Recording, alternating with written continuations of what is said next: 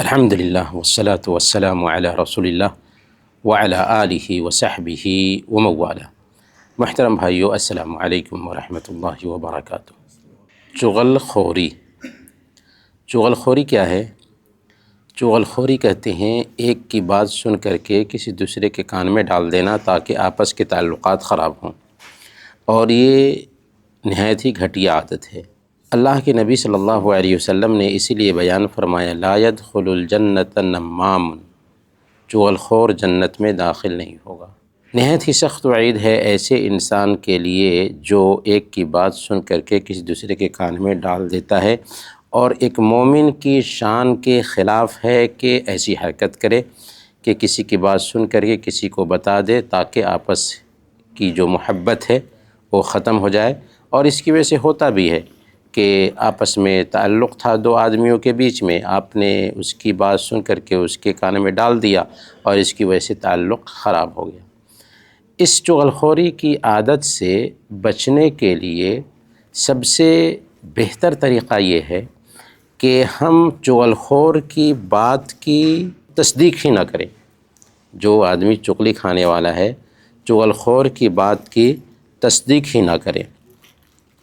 سلیمان بن عبد الملک خلیفہ ہے، بادشاہ ہے، اس کے پاس ایک آدمی کو لایا جاتا ہے، اور سلیمان بن عبد الملک اس سے پوچھتے ہیں کہ مجھے یہ بات پہنچی ہے کہ تو نے میری غیبت کی ہے، میرا عیب بیان کیا ہے۔ اس نے کہا کہ نہیں، ایسا تو میں نے کبھی نہیں کیا۔ تو سلیمان بن عبد الملک نے کہا کہ مجھے یہ بات ایک سچے انسان نے بتائی ہے۔ تو وہ سن کر کے کہتا ہے، لا یکون النمام صادقا، چغل خور سچا نہیں ہو سکتا، چغلی کھانے والا سچا نہیں ہو سکتا۔ تو حقیقت میں اگر کوئی آدمی ہمارے پاس کوئی بات بتاتا ہے تو سوچیں کہ یہ بندہ جھوٹا ہے۔ اگر یہ سچا ہوتا، اگر یہ اچھا ہوتا تو یہ بات ہم سے نقل ہی نہ کرتا۔ اور اگر ہم ایسے انسان کی بات کی طرف دھیان نہیں دیتے ہیں نا، تو کبھی بھی ہمارے تعلقات خراب نہیں ہوں گے۔ اسی لیے امام ابن قتیبہ نے عیون الاخبار میں یہ قصہ نقل کیا ہے کہ حاتم طائی اور اوس بن حارثہ، یہ دونوں آپس میں بہت اچھے دوست تھے، ان دونوں کے اچھے تعلقات تھے۔ تو نعمان نام کے ایک آدمی نے سوچا کہ دونوں کے تعلق کو خراب کرتے ہیں۔ اس کے لیے نہایت ہی گھٹیا ارادہ سے سب سے پہلے وہ حاتم طائی کے پاس گیا، اور اس نے کہا کہ اوس بن حارثہ جو ہے، جس سے آپ کا تعلق ہے، وہ بولتا ہے کہ وہ آپ سے بہت افضل ہے اور وہ اچھا انسان ہے۔ تو حاتم طائی نے کہا کہ اس میں کوئی شک نہیں، اوس بن حارثہ جو ہمارے دوست ہیں وہ مجھ سے افضل ہیں، وہ اچھے انسان ہیں، میں اس کے مقابلے میں کوئی حیثیت نہیں رکھتا۔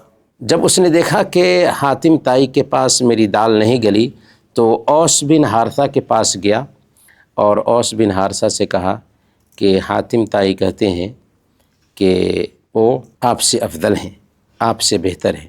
تو اوس بن حارثہ کہتا ہے کہ ہاں بالکل، حاتم طائی مجھ سے افضل ہیں، اور اس میں کوئی شک نہیں کہ حاتم طائی مجھ سے افضل ہیں۔